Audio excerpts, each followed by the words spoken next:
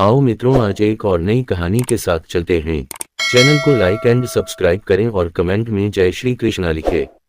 महाभारत के युद्ध के अंत में माता गांधारी ने श्री कृष्ण को श्राप दिया और इसके पीछे उनके गहरे दुख, वेदना और अपने पुत्रों की मृत्यु का शोक था। गांधारी, जो अपनी सत्यनिष्ठा और पतिव्रता धर्म के लिए प्रसिद्ध थीं, ने अपने जीवन के अधिकांश हिस्से में अंधे पति धृतराष्ट्र का साथ दिया और उनके दुख में भागीदार बनी। जब महाभारत का युद्ध हुआ तो उनके 100 पुत्र, जो कौरव कहलाते थे, उसमें मारे गए। उनके लिए यह अपार दुख का कारण था और इस हृदय विदारक त्रासदी ने उन्हें गहरे शोक में डुबो दिया। युद्ध के बाद जब पांडव विजयी हुए और युद्ध का ध्वंस चारों ओर फैला हुआ था, तो श्री कृष्ण ने गांधारी और धृतराष्ट्र के पास आकर उन्हें सांत्वना देने की कोशिश की। गांधारी ने अपनी आंखों पर पट्टी बांध रखी थी, लेकिन वह अपने 100 पुत्रों की मृत्यु का दर्द महसूस कर रही थीं। उन्हें यह विश्वास था कि श्री कृष्ण, जो भगवान विष्णु के अवतार थे, यदि चाहते तो इस युद्ध को रोक सकते थे और इस अपार विनाश से बचा जा सकता था। गांधारी की वेदना का मुख्य कारण यह था कि उन्होंने अपने पुत्रों की मृत्यु का कारण अधर्म और दुर्योधन के गलत रास्ते पर चलने को माना, लेकिन साथ ही यह भी महसूस किया कि श्री कृष्ण ने इसे रोकने के लिए पर्याप्त प्रयास नहीं किए। गांधारी जानती थीं कि श्री कृष्ण के पास इतनी शक्ति और बुद्धिमत्ता थी कि वे युद्ध से पहले शांति स्थापित कर सकते थे।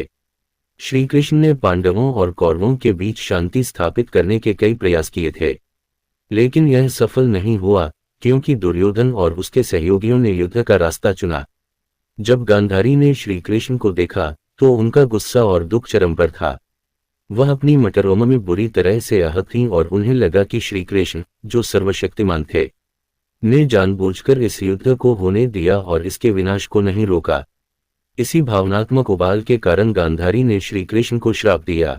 गांधारी ने कहा कि जिस तरह उनके वंश का नाश हुआ है, उसी तरह श्री कृष्ण के वंश का भी नाश होगा।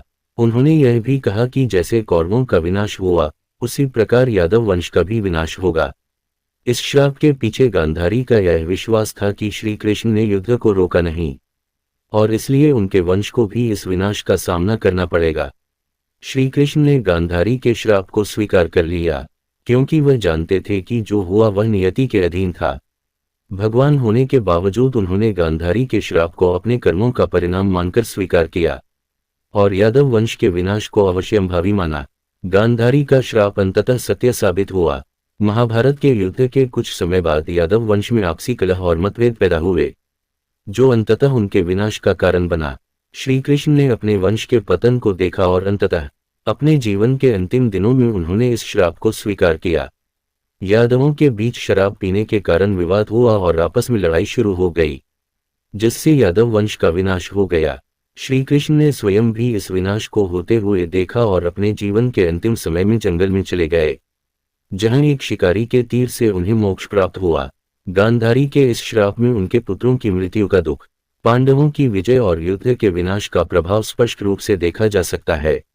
उन्होंने श्री कृष्ण को दोषी माना क्योंकि उन्हें लगा कि अगर श्री कृष्ण चाहते तो इस युद्ध को रोक सकते थे, लेकिन श्री कृष्ण ने इस श्राप को नियति का हिस्सा मानकर स्वीकार किया क्योंकि वह जानते थे कि यह सब पहले से ही तय था और इसे कोई नहीं बदल सकता था।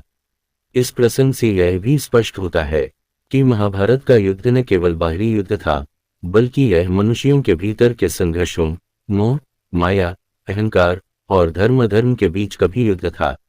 गांधारी का श्राप और श्री कृष्ण का उसे स्वीकार करना इस बात का प्रतीक है कि इस संसार में कर्म और उनके परिणाम अटल हैं, चाहे वे भगवान के लिए ही क्यों न हों। श्री कृष्ण, जो स्वयं साक्षात भगवान विष्णु के अवतार थे, ने भी इस सच्चाई को स्वीकार किया और गांधारी के श्राप को अपनी नियति मानकर उसका पालन किया। अंततः गांधारी का श्री कृष्ण को श्राप देना मानवीय भावनाओं का प्रकटीकरण था, जिसमें मातृत्व का दुख, शोक और एक मां के हृदय में उठी वेदना शामिल थी। श्री कृष्ण ने इस श्राप को सहज स्वीकार किया, यह दर्शाते हुए कि जीवन में सभी घटनाएं पूर्व निर्धारित हैं और उनमें हमारी भूमिका केवल एक साधन की होती है। चैनल को लाइक एंड सब्सक्राइब करें, कमेंट करके बताएं कि महाभारत का नाटक कैसा लगा। धन्यवाद।